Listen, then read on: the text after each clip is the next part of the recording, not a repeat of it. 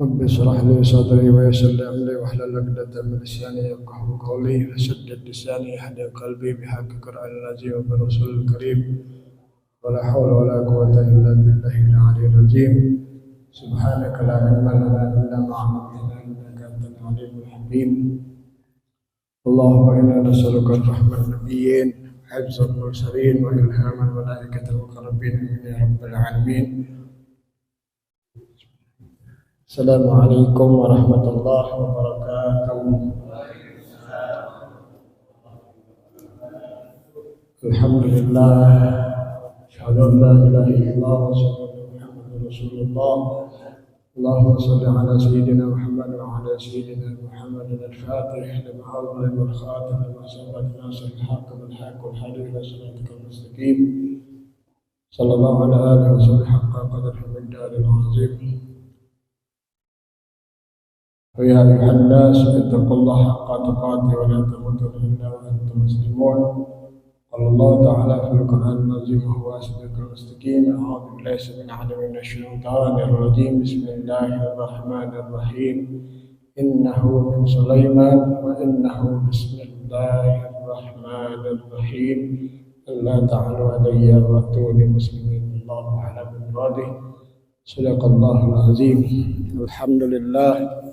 Puja dan puji kehadirat Allah Subhanahu wa Ta'ala, yang mana pada pagi hari ini kita masih diberi nikmat oleh Allah Subhanahu wa Ta'ala, beribu-ribu nikmat yang sangat banyak, yang sangat besar, berikan taufik dan hidayahnya hingga kita dapat melaksanakan daripada salah satu kewajiban kita, yaitu menuntut ilmu.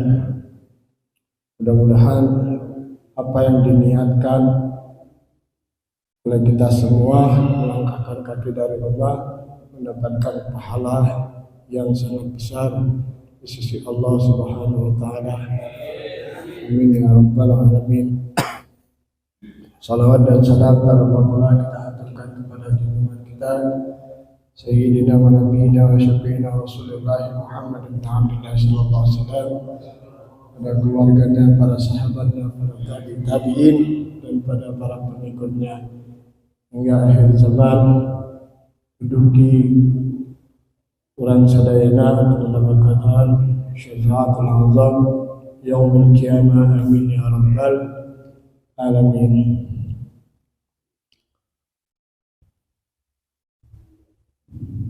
Alhamdulillah,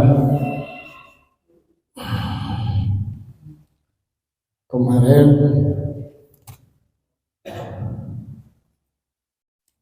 meneruskan daripada yang perkataan muqalah Al-Imam Ali bin Abi Thalib karramallahu wajhah, yang kata beliau, laula khamsun khisalin fasala nasi kulluhum salihin.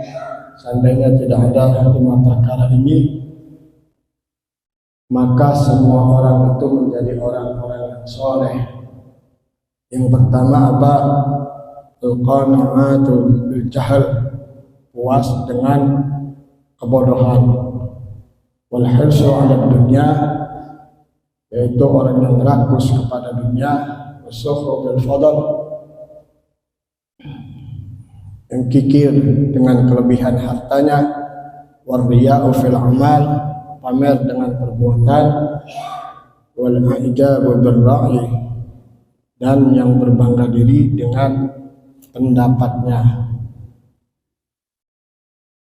Tuhan Imam Ali bin Abi Thalib radhiyallahu anhu, kalau tidak ada yang 5 perkara ini, semua orang itu akan menjadi soleh, semua itu akan menjadi orang-orang soleh. Tapi karena adanya 5 perkara ini, susah menjadi soleh, karena kerasnya hati, karena dengan nafsu amarah. Nafsu itu ada 7 tingkatan. Yang pertama nafsu amarah, nafsu lawamah, nafsu mulhimah, nafsu mutmainnah, nafsu mardiyah, nafsu radiyah, mardiyah, dan nafsu kamilah. Yang terakhir nafsu sempurna. Kalau di situ kita bisa mengendalikan hawa nafsu kita dan tidak ada penyakit-penyakit yang lain, maka semua orang akan menjadi orang-orang soleh. Yang pertama apa? Kata Imam Ali bin Abi Thalib karramallahu wajhah, yaitu al-qanaah bil jahl, orang yang puas dengan kebodohan. Kemarin sudah dibahas, merasa puas dengan kebodohan, cukup aja dengan yang sedikit-sedikit. Padahal menuntut ilmu itu jangan yang sedikit-sedikit, cari yang banyak, cari yang belum kita ketahui, yang kita belum ketahui dan yang orang ketahui itu cari, harus digali terus dengan orang-orang yang lebih mengetahui, dengan orang-orang yang lebih ngerti. Jangan merasa puas dengan yang sedikit. Cukup aja, yang penting mah bisa sholat, bisa ngaji. Sholat juga belum bisa kalau dianya tidak ngerti. Karena sudah merasa cukup aja, cuma ngeliat di buku. Yang penting mah bisa sholat, udah sama gerakannya. Percuma sholat kalau istinjanya tidak bisa, dan nggak diterima. Kalau sholatnya benar, istinjanya benar. Itu karena merasa puas yang penting mah sholat, itu yang penting mah sholat, yang penting mah bisa pas. Tapi istinjanya benar, najisnya masih ada. Gimana? Walaupun istinjanya benar, dianya cara wudhunya, dan cara wudhunya tidak benar. Itu cara wudhunya tidak benar, salah, dan salah juga sholatnya. Terus apalagi walaupun sudah wudhunya benar, tapi cara melihat air, mengambil airnya, mengutamakan airnya, itu bisa. Air mustakmal dipakai wudhu, air najis dipakai wudhu, udah salah. Gitu. Berarti kalau cara ngambil airnya, cara airnya juga salah, wudhunya berarti salah. Itu istinjaknya juga salah. Itu apalagi sholatnya. Jadi kita itu jangan merasa puas dengan kebodohan. Al-fakir khususnya pengen terus menggali. Ada aja yang ngemodalin saya ini mondok, saya mondok lagi. Itu karena merasa belum cukup. Itu para ulama-ulama dulu itu ada ulama yang lebih pintar, ada ulama yang lebih ilmunya lebih dari dia, walaupun orangnya kecil, pasti dicari. Itu pasti dicari karena pengen mengetahui yang lain yang belum dia ketahui. Yang kedua apa? Orang yang rakus akan dunia. Orang yang rakus kepada dunia, rakus, tamak, hubbud dunia. Hubbud dunia itu nanti kata Rasulullah SAW itu nanti di akhir zaman itu umatku itu bagaikan makanan yang ada di hidangan. Kalau hadis sanadnya itu panjang, ada 25-an sanadnya. Saya mendengar dari guru saya Al-Habib Muhammad. Beliau menerima daripada gurunya Al-Habib Abdullah bin Abdul Qadir bin Ahmad bin Baqi. Beliau menerima daripada Al-Habib Abdul Qadir bin Ahmad bin Baqi. Beliau menerima dari Muhammad. Itu terus panjang sampai 25 sanad. Tapi intinya dalam hadisnya Rasulullah SAW itu nanti umatku di akhir zaman itu bagaikan makanan yang di tengah-tengah hidangan, yang di pinggirnya itu orang kafir semua. Orang kafir ngambil seperti ini. Itu karena kenapa? Cuman sedikit sekali orang yang beriman, yang kuat, yang benar-benar. Contohnya sekarang sudah tersisihkan, sudah mulai minggir. Itu banyak sudah sawah-sawah, gunung-gunung sudah sama orang kafir semua. Kita sekarang sudah melosok-melosok. itu sudah minggir nyempit lagi. Karena apa? Padahal umat di akhir zaman itu banyak. Sahabat menanya, ya Rasulullah, kenapa? Kan padahal umat nanti akhir zaman, umatmu itu akhir zaman itu banyak. Kenapa? Karena kata Rasulullah, umatku nanti di akhir zaman itu ditanamin penyakit apa? Itu hubbud dunya wa karahiyatul maut, cinta dunia dan takut mati. Itu ayo bergondong harta itu sieun hari paeh mah itu. Bukannya mati mah jangan ditakutin, mati mah kumaha nanti kita ngadepin, ada bekal apa enggak. Kalau mati mah sudah ada waktunya, takdirnya. Kalau mati itu sudah ada takdirnya. Kalau kita sudah pas jatah rezeki kita, jatah harta kita, pasti mati. Itu kalau rezeki kita sudah pas, nanti di dalam kitab Daqaiqul Akbar itu malaikat neangan. Kita waktu lagi sakaratul maut, malaikat neangan dari masyriq wal maghrib, barat, timur, utara, selatan. Neangan rezeki kita masih ada enggak? Kalau misalkan ada sesendok aja belum mati kita. Itu neangan lagi rezeki kita berupa duit dari barat, timur, selatan, utara, nyari itu malaikat. Ada nggak sisa buat kita? Kalau masih ada sisa belum mati. Itu kalau nggak ada sisa ya pasti mati. Dimanapun kita berada pasti mati. Itu kalau misalkan kita sama Allah ditakdirkannya mati di luar negeri, meninggal di luar negeri, ya pasti di luar negeri.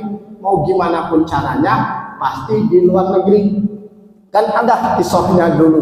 Mungkin ya bapak-bapak sudah mendengar dari ustadz-ustadz dan lain kan. Zaman Nabi Allah Sulaiman alaihissalam, ada orang yang selalu dibuntutin sama malaikat Israel. Ada orang yang selalu dibuntutin sama malaikat Israel, diteangan. Iya jelema cenah paehna di negeri Cina. Iraha iya masih jelmana masih di Palestina. Terus malaikat ngebuntutin sampai itu umatnya Nabi Sulaiman itu ngomong sama Nabi Sulaiman, ya Nabi Sulaiman gitunya, ya Nabi Allah Sulaiman, terbangkan saya ke negeri Cina. Kenapa katanya? Karena saya terus diikutin sama malaikat Israel. Nanti saya keburu mati di sini. Coba terbangin saya ke negeri Cina. Iya siap kata Nabi Sulaiman. Setelah diterbangin sama Nabi Sulaiman sama angin, diterbangin ke negeri Cina, yang meninggal di negeri Cina itu karena malaikat Israel sudah nungguin di negeri Cina. Itu orang itu bakal mati di negeri Cina, di sini waktunya di sini banyak kisah-kisah itu. Ada yang seorang hamba matinya di matahari, bukan di mall Pak, di matahari. Itu di matahari beneran. Di matahari beneran. Karena apa? Itu seorang hamba yang selalu bertawasul kepada malaikat matahari, malaikat yang menjaga matahari. Bertawasul terus, tawasul terus sampai beliau pengen minta, ya Allah turunkan malaikat yang menjaga matahari saya itu ke tempat saya pengen sekali ke matahari. Padahal itu malaikat Israel sudah nungguin di matahari.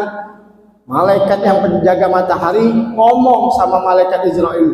Itu malaikat Israel yang ngomong sama penjaga, malaikat yang menjagain matahari, itu teman kamu itu yang selalu bertawasul kepada kamu itu bakal mati cenah. Kapan? Di sini cenah. Udah diajak naik, daripada matinya di dunia diajak naik. Padahal sebelum nyampe ke matahari itu seorang hamba tadi meninggal. Itu karena apa? Loh kok kenapa dicabut? Kata malaikat penjaga matahari, karena temanmu itu sudah waktunya, sudah ajalnya itu meninggalnya di matahari, itu di dekat matahari, belum sampai ke matahari. Makanya ajal itu pasti datang, entah kapan, di mana. Tapi kita minta di sini berdoa supaya kita meninggal dalam bungkasan baik, yaitu apa? Dalam keadaan husnul khatimah. Amin ya rabbal alamin. Jadi orang yang rakus kepada dunia, yang terus ketiga apa? Orang yang kikir dalam kelebihan hartanya. Itu yang kikir, yang tidak pernah mensodakohkan, yang tidak pernah memberi hadiah. Kade bapak-bapak ya punten ya mah lain apa bukan ngasih tahu sanes mamagahan bapak-bapak kalau memberi sodako kepada ustadz-ustadz, kiai-kiai, jangan pernah ngomong sodako hadiah. Ngasih hadiah, ngasih sodako buat ustadz Piki, bilangnya hadiah. Walaupun niat di dalam hati kita itu mau sodako, tapi ngomong cara adabnya, ini ustadz Piki ada hadiah. Jangan pakai embel-embel hadiahnya. Misalkan ini Ustadz Piki ada rezeki, misalkan Ustadz Piki ini ker bensin, ini ker udut, misalkan Ustadz Pikinya ngudut, dan Ustadz Pikinya tengudut, itu ya ker bensin. Kalau Ustadz Piki itu ngasih makan buat istrinya haram. Tuh, karena niat bapak-bapak cuman buat bensin. Itu karena niat kita itu cuman buat bensin. Padahal cuman peribahasa, ya ker bensin Ustaz ngasih makan, karena Ustaz Piki sudah banyak, itu sudah ada istri, itu haram Pak. Itu makanya hati-hati dalam walaupun hanya peribahasa saja. Kalau kita mau ngasih sodako kepada guru-guru kita, ustadz-ustadz kita, hadiah aja bilangnya. Hadiah, ya Ustadz hadiah. Ngasih ke Ustadz Sulaiman kemarin semalam gitu, Ustadz hadiah. Itu hadiah aja bilang. Itu Ustadz ya hadiahnya. Itu ini Ustadz Piki ini hadiahnya, ini hadiahnya. Jadi dengan bahasa kita itu adab, gitu adab. Kan kemarin sudah dibilangin, walaupun kata Imam Junaid Al-Baghdadi itu apa? Walaupun ilmunya cuma sedikit, amalnya walaupun ilmunya sedikit, amalnya sedikit, tapi seseorang itu bisa diangkat derajatnya. Dengan apa? Yang terakhir itu dengan 4 perkara, yang terakhir itu dengan akhlak, dengan adab itu. Jadi ya ini mah hampura sanes memagahan bapak-bapak itu kadek lamun masihan sodako sama ustadz-ustadz sama kiai-kiai ngasihnya bilang aja hadiah. Itu hadiah, bukan sodako, itu hadiah gitu ya. Infak apa gitu, sodako, jangan pernah ngomong sodako karena kurang adab, apalagi khususnya ini buat Bani Hashim dan Bani Muthalib, itu keturunannya Nabi dan keturunannya Bani Muthalib haram ngasih zakat. Itu menerima zakat Bani Hashim dan Bani Muthalib itu haram Pak, itu nggak boleh, itu nggak boleh. Sodako aja nggak boleh, komodai mere zakat itu nggak boleh. Bani Hashim dan Bani Muthalib itu sodako itu karena nggak boleh, memang dilarang. Itu keturunannya Nabi sama keturunannya Bani Muthalib itu nggak boleh dikasih sodako dan nggak boleh dikasih zakat gitu. Iya, keturunan Bani Hashim, para habaib itu, para syarifah nggak boleh dikasih zakat itu, nggak boleh di zakat gitu. Tapi ada yang ngomong boleh, katanya ada yang ngomong boleh, tapi jauh kalau misalkan itu habibnya miskin banget, susah gitu. Tapi walaupun kita mau mirip sodako, tapi tetap ngomongnya dengan adab, hadiah ngomongnya, itu hadiah ngomongnya, jangan terlalu ini. Terus apa yang keempat, kata Sayyidina Ali bin Abi Thalib karramallahu wajhah, yaitu pamer dengan perbuatan ria Pak, itu hayang dipuji gawena gitu, ria gitu hayang dipuji. Pamer itu ada 3 gitu. Kalau tanda-tanda orang pamer itu, kalau dia sendirian dia males ibadah Pak, tapi lamun dipuji itu giat gitu. Kalau sorangan mah males gitu. Itu apalagi kalau dia ibadah, kalau dia sendirian itu ayo gitu, santai. Tapi kalau dipuji-puji sama batur, ayo semangat biar ditunjuk sama batur. Iya, ayo bisa baca hadis, bisa baca kitab, bisa qori ini kabeh, karena dipuji sama batur. Da ustaz kita hade kena, ustaz kita alus kena, kajengan eta hade, kajengan eta alus, ayo tapi lamun dicela sama batur, ya merempuh ya hampura apanya ya abi mah sanes ieu mamagahan dawayan abi hayang belajar tasawuf da kudu blekak-blekuk we ngomongna itu. Dan memang tasawuf itu keras Pak, bukan keras apa, jadi yang hak itu hak, yang batil itu batil itu. Kalau belajar tasawuf, belajar tauhid, kalau belajar fikih ada kias-kiasnya, boleh digini itu mah riya mah ya tergantung dari diri kita sendirilah, tergantung khususnya saya Pak, khususnya saya dah yang kapuji, wah ya mah halus bisa ini halus, saya ini Pak khususnya, ada bapak-bapak di sini mah saya gitu, itu bapak-bapak di sini mah saya, ada saya ini khususnya. Terus naon lagi ujub Pak, dia karena berbangga diri dengan pendapatnya, ujub gitu. Karena ada ujub teh gini Pak. Jadi kata ulama itu, ia jelema lamun teh ke urang gitu. Lamun lain ku aing, cenah gitu. Lamun sanes ku Pak Haji, hampura banyak Pak Haji hampura ya. Lamun sanes ku bapak da moal bisa ieu ngaji. Lamun sanes ku bapak da moal bisa ieu jelema jadi orang gitu.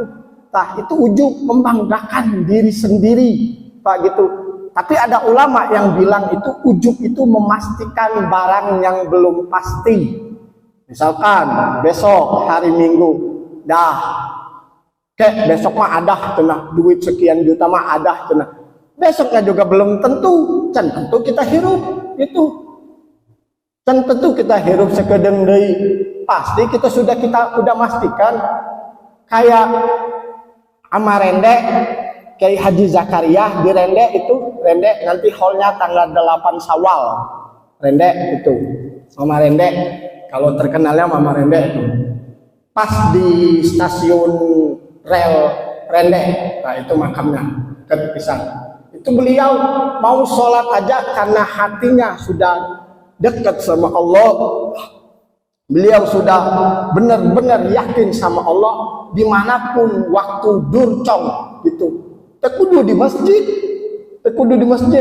Ada suatu hari di dalam managib beliau itu, waktu lagi jalan sama muridnya, beliau sholat itu waktu azan langsung sholat di rel kereta. Amarende sholatnya ngadep kereta, yang murid-muridnya ada yang kita ngadep wetan, kulon gitu, ada yang ngadep selatan, utara, barat gitu, timur gitu. Amarendenya ngadep kiblat. Kalau yang di situnya mah jangan diturutin Pak, yang ngadepnya ke sana ke sini. Ini yakin beliau itu, kata murid-muridnya, Ama kenapa itu deket masjid? Kata Amarende, kamu yakin nyawa kamu sampai ke situ? Padahal seberapa langkah, kamu yakin nyawa kamu udah ke situ? Itu setelah beliau sholat itu kereta datang, udah di depan beliau kereta itu stop. Santrinya pada loncat, takut ketabrak, dua, pada loncat kali itu keretanya diem sampai selesai beliau salam wirid sareng Amarende, mangga kereta kami pada jalan deui mah ya mangga gitu. Jalan deui keretanya. Nah itu mah karomahnya para wali. Sampai beliau habis ziarah ke Mahmud, habis pulang dari ziarah ke Mahmud, ini dari Cimindi Pak. Dari Cimindi dur azan, padahal ya namanya di stasiun kan dekat tempat sholat ibadah, tapi sholatnya di situ. Kata muridnya, Ama kenapa itu ada tempat sholat, kamu yakin itu nyawa kamu sampai ke situ? Sholat di depan masjid, di depan kereta itu. Ketinggalan kereta jalan kaki, kereta sama beliau jalan kaki itu sama nyampenya kerende. Itu kereta jalan sampai kerende, sama rendeknya sampai kerende.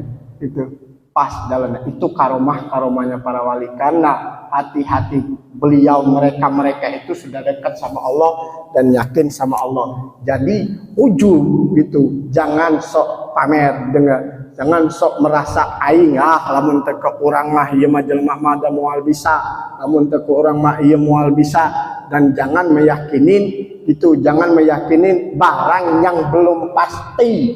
Itu ujub kata ulama. Wallahu alam bisawab. Subhanakallahumma wa bihamdika asyhadu an la ilaha illa anta astaghfiruka wa atubu ilaik. Wallahu alam bisawab. Nasrun minallah wa fathun qarib. Wassalamualaikum warahmatullahi wabarakatuh.